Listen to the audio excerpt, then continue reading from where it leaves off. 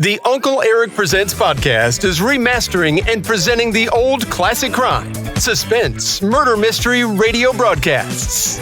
Grab yourself a drink and some popcorn. Turn the lights down low. Snuggle back on the sofa and let your imagination flow while listening to a thrilling classic crime radio episode now.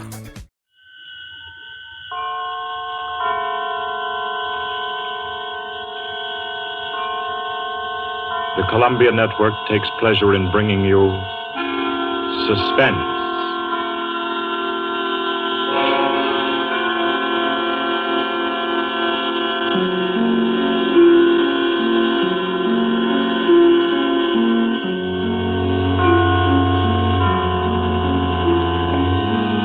Suspense, Columbia's parade of outstanding thrillers, produced and directed by William Spear and scored by Bernard Herrmann.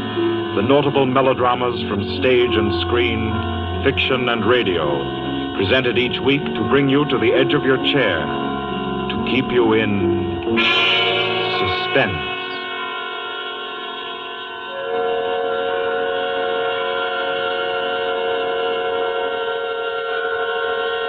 Good evening. This is Orson Wells. I'm very happy I am to be back in the United States and back on the Columbia Network, even for so short a visit as this one. Back with old friends like Johnny Dietz, who's tonight's director, and Bernard Herrmann. The Mercury Theater presented tonight's radio play for the first time last year. We came right out then and hailed it as a classic of the medium. Nobody argued the point. A lot of people asked us to do it again, so it's gratifying to get the chance now, and to find a favorite of ours in this distinguished anthology of spook shows. Personally, I've never met anybody who didn't like a good ghost story. But I know a lot of people who think there are a lot of people who don't like a good ghost story. For the benefit of these, at least, I go on record at the outset of this evening's entertainment with the sober assurance that although blood may be curdled on this program, none will be spilt.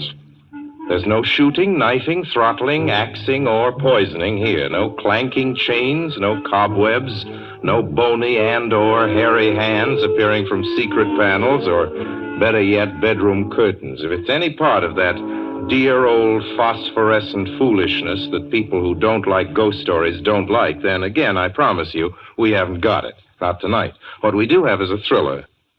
It's half as good as we think it is. You can call it a shocker. It's already been called a real Orson Wells story. Now, frankly, I don't know what this means.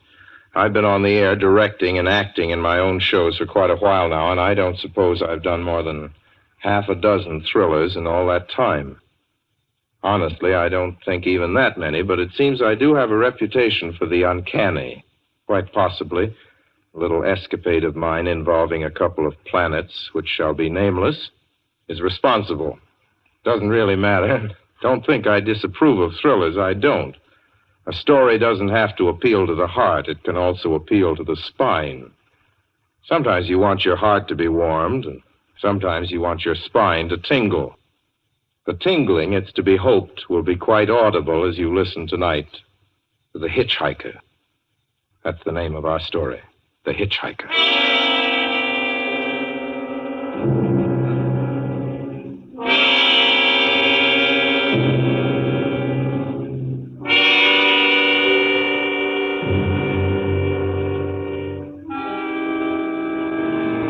I'm in an auto camp on Route 66, just west of Gallup, New Mexico. If I tell it, perhaps it'll help me. Keep me from going crazy.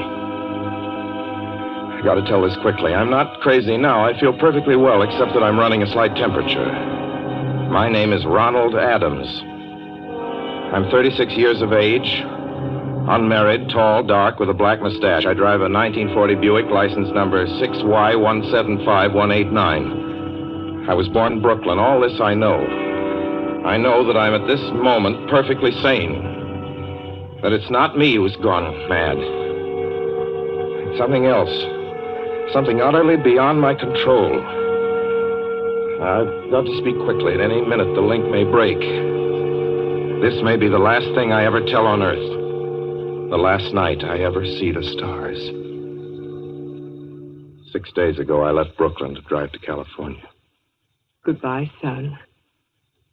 Good luck to you, my boy. Goodbye, Mother. Here, give me a kiss, and I'll go. I'll come out with you to the car. Oh, no, it's raining. Stay here at the door. Hey, what's this? Tears? I thought you'd promised me you wouldn't cry. Oh, I know, dear. I'm sorry. But I do hate to see you go. I'll be back. It'll only be on the coast 3 months. Oh, it isn't that. It's just the trip. Ronald, I wish you weren't driving. Oh, Mother, there you go again. People do it every day. I know, but you'll be careful, won't you? Promise me you'll be extra careful.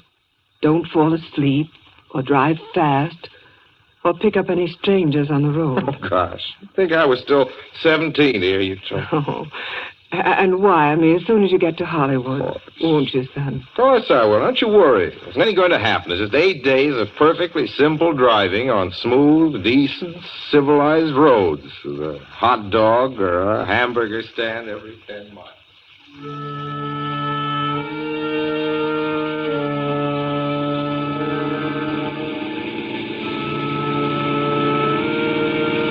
I was in fine spirits. The drive ahead of me, even the loneliness, seemed like a lark. I reckoned without him. Crossing Brooklyn Bridge that morning in the rain, I saw a man leaning against the cables. He seemed to be waiting for a lift. There were spots of fresh rain on his shoulders. He was carrying a cheap overnight bag in one hand. He was thin, nondescript, with a cap pulled down over his eyes. I would have forgotten him completely, except that just an hour later, while crossing the Pulaski Skyway over the Jersey Flats, I saw him again. At least, he looked like the same person. He was standing now with one thumb pointing west. I couldn't figure out how he got there, but I thought probably one of those fast trucks had picked him up, beaten me to the Skyway, and let him off. I didn't stop for him. Then late that night, I saw him again. It's on the new Pennsylvania Turnpike between Harrisburg and Pittsburgh. It's 265 miles long with a very high speed limit. I was just slowing down for one of the tunnels when I saw him, standing under an arc light by the side of the road. I'd seen quite distinctly the bag, the cap, even the spots of fresh rain scattered over his shoulders. He hallooed at me this time. Hello! Hello! Stepped on the gas like a shot. It's lonely country through the Alleghenies, and I had no intention of stopping. Besides, the coincidences, or whatever it was, gave me the willies. Stopped at the next gas station.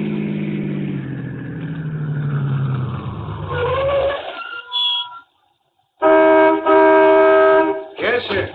Fill her up. Certainly, sir. Check your oil, sir? No, thanks.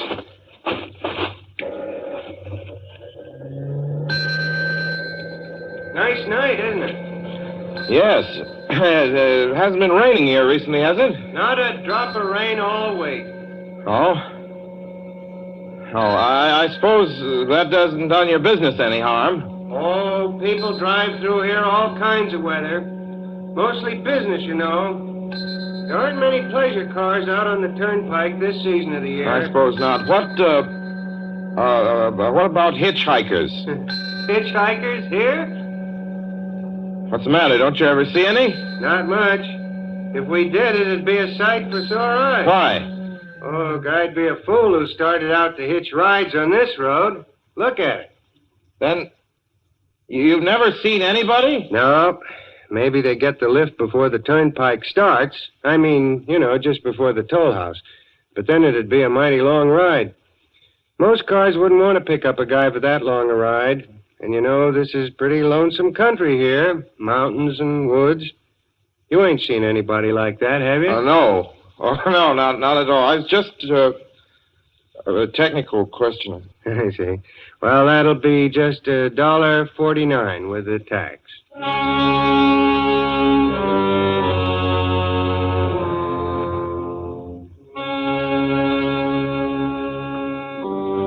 Thing thing gradually passed through my mind as sheer coincidence. I had a good night's sleep in Pittsburgh. I didn't think about the man all next day until just outside of Zanesville, Ohio, I saw him again. It was a bright, sunshiny afternoon. The peaceful Ohio fields, brown with the autumn stubble, lay dreaming in the golden light. I was driving slowly, drinking it in, when the road suddenly ended in a detour. In front of the barrier, he was standing. Now, let me explain about his appearance before I go on. I repeat, there was nothing sinister about him. He was as drab as a mud fence, nor was his attitude menacing. He merely stood there, waiting, almost drooping a little, a cheap overnight bag in his hand. He looked as though he'd been waiting there for hours. And he looked up. He hailed me. He started to walk forward. Hello? Hello? Hello? No, not just now, sorry. Going to California? No, not today. The other way, going to New York, sorry.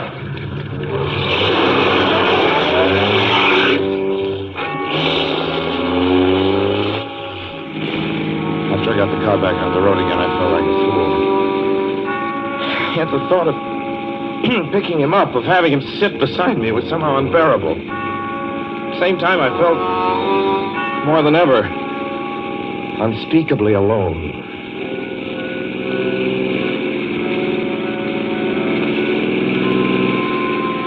Hour after hour went by.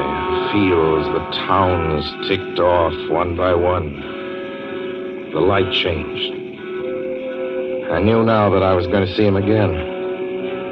And though I dreaded the sight, I caught myself searching the side of the road, waiting for him to appear.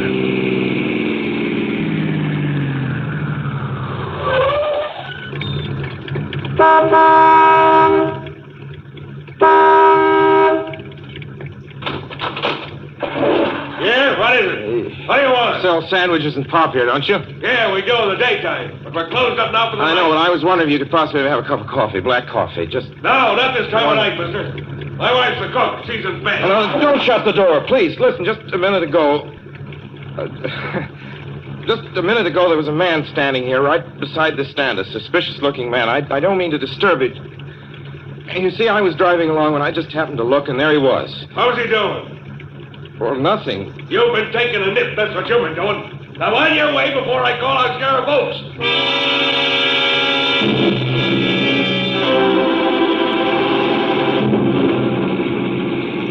I got into the car again and drove on slowly. I was beginning to hate the car. If I could have found a place to stop, to rest a little. I was in the Ozark Mountains of Missouri now. A few resort places there were closed, only an occasional log cabin, seemingly deserted. That's all that broke the monotony of the wild, wooded landscape. I had seen him at that roadside stand. I knew I'd see him again. Maybe at the next turn of the road. I knew that when I saw him next, I would run him down.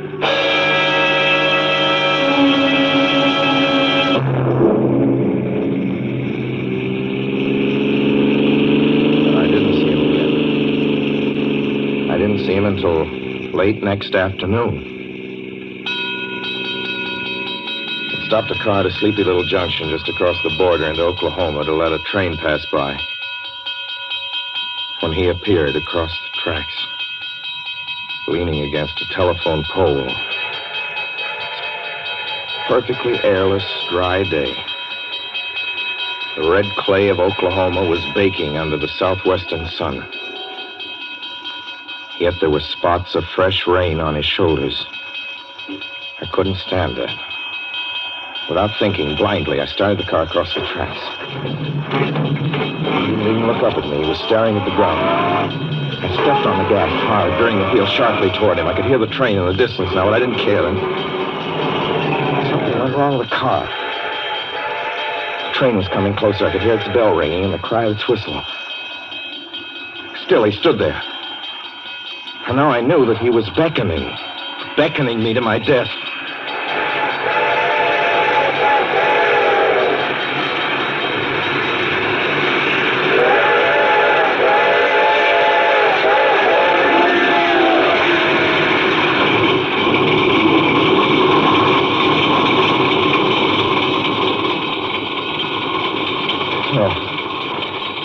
frustrated him that time.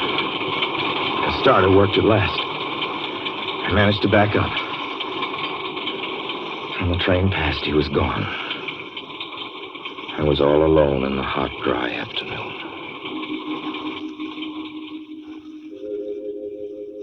After that, I knew I had to do something. I didn't know who this man was or what he wanted of me. I only knew that from now on, I mustn't let myself alone on the road for 1 minute. Hello there. Like a ride? Well, what do you think? How far are you going? Where do you want to go? Amarillo, Texas. I'll drive you there. Gee.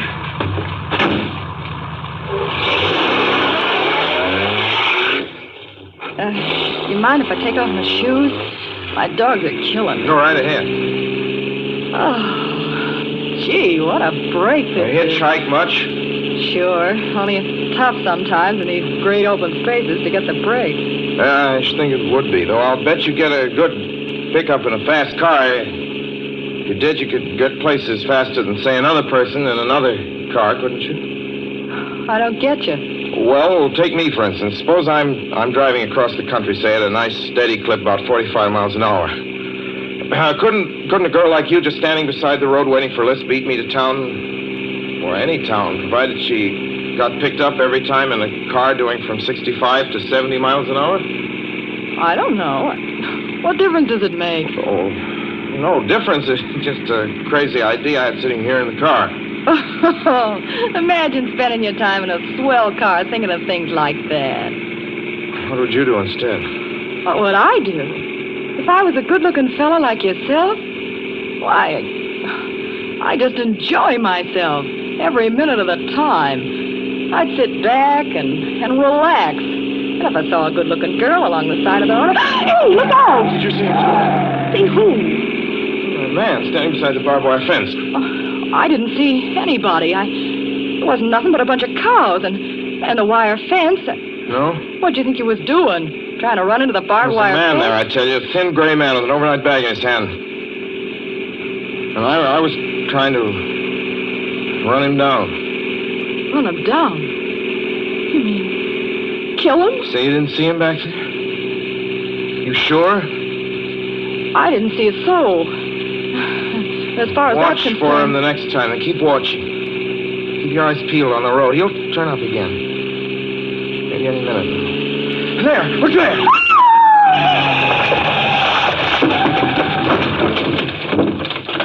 How does this door work? I'm getting out of See here. him that time? No, I didn't see him that time. And personally, mister, I don't expect never to see him. All I want to do is go on living. I don't see how I will very long, driving with you. Oh, I'm sorry. I don't know what came over me, but please don't go. So if you'll excuse me... You can't go. Listen, how would you like to go to California? I'll drive you to California. Seeing pink elephants all the way? No, thanks. Thanks just the same. Listen, please, just 1 minute, please. You know what I think you need, big boy? Not a girlfriend. Just a good dose of sweet... Please. There, I got it now. No, you can't go. Please, Keep come your back. hands off me. Do you hear? Leave your hands off...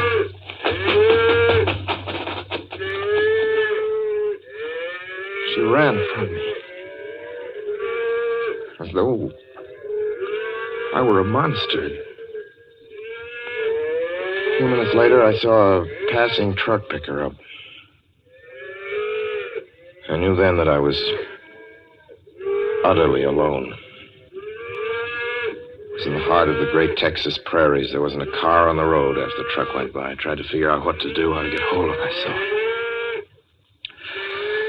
If I could find a place to rest, or even if I could sleep right here in the car for a few hours along the side of the road. I was getting my winter overcoat out of the back seat to use as a blanket when I saw him coming toward me, emerging from the herd of moving steer. Hello?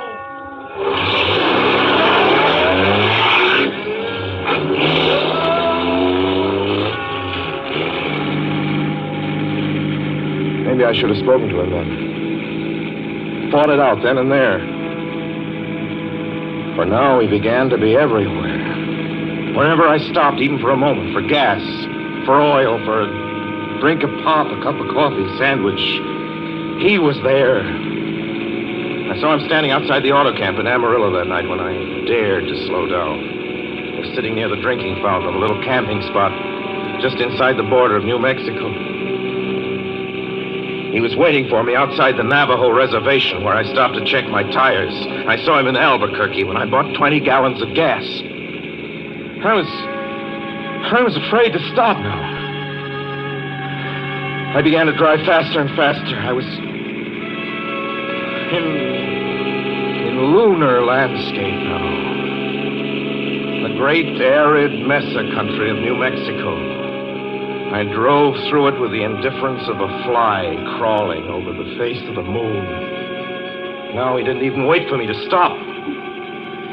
Unless I drove at 85 miles an hour over those endless roads, he waited for me at every other mile.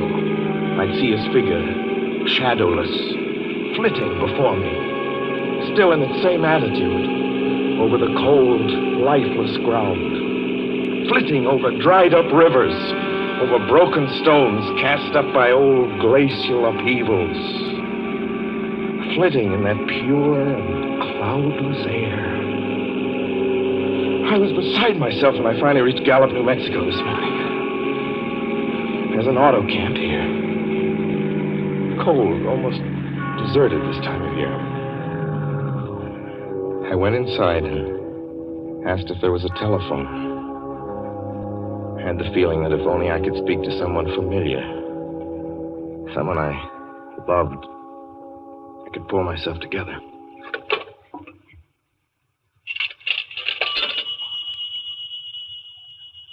Your call, please. Long distance. Long distance, certainly. This is long distance. I'd like to put in a call to my home in Brooklyn, New York. I'm Ronald Adams. The number is Beechwood 200828. Certainly, I will try to get it for you. Albuquerque. New York for Gallup. New York. Gallup, New Mexico, calling Beechwood 20828. I read somewhere that love could banish demons. It's the middle of the morning. I knew Mother'd be home. I pictured her tall and white-haired in her crisp house dress, going about her tasks. Be enough, I thought, just to hear the even calmness of her voice. Will you please deposit $3.85 for the first 3 minutes?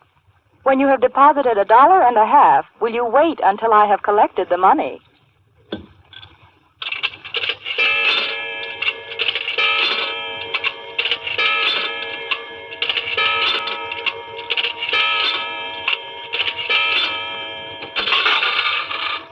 All right, deposit another $1.50.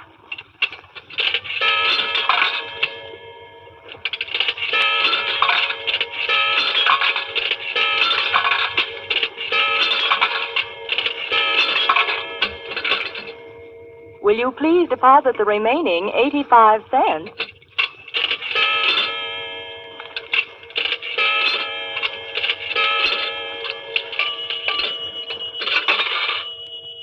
Ready with Brooklyn. Go ahead, please. Hello? Hello?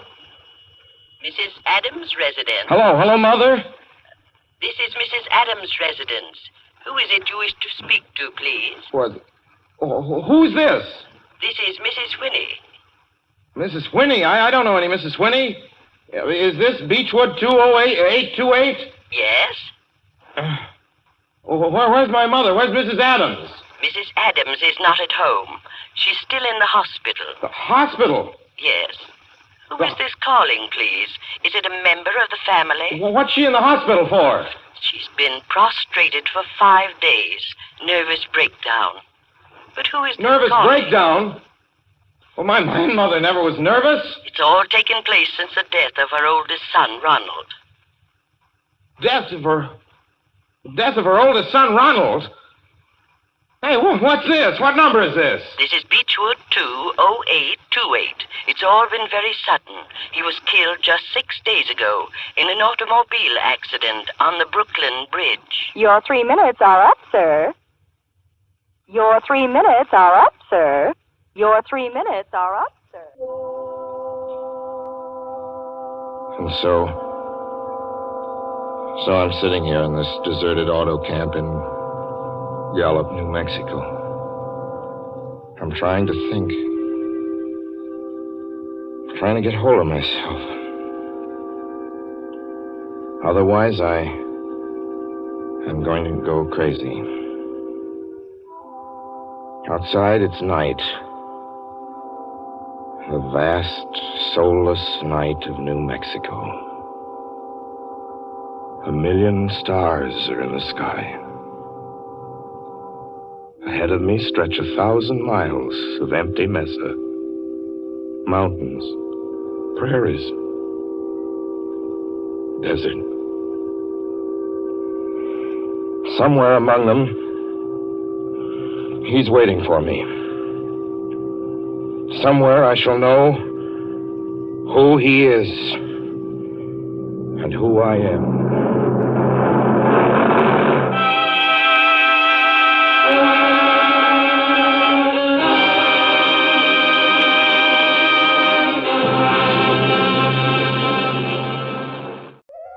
I hope you enjoyed this latest Uncle Erich Presents episode. Stay tuned for the next exciting episode. Please check back often and make sure to subscribe to my podcast so you won't miss the new exciting episodes. In the meantime, scroll up or down to find other exciting episodes to listen to. Don't forget to visit UncleErich.com to see and listen to all the program categories and episodes. There are also hundreds of the old classic crime and detective television show episodes you can watch as well. They're a hoot to watch. That's UncleErich.com. If you like this episode, please consider buying Uncle Erich a cup of coffee at the support link below. Thanks a million. Thanks for stopping by. Bye-bye for now.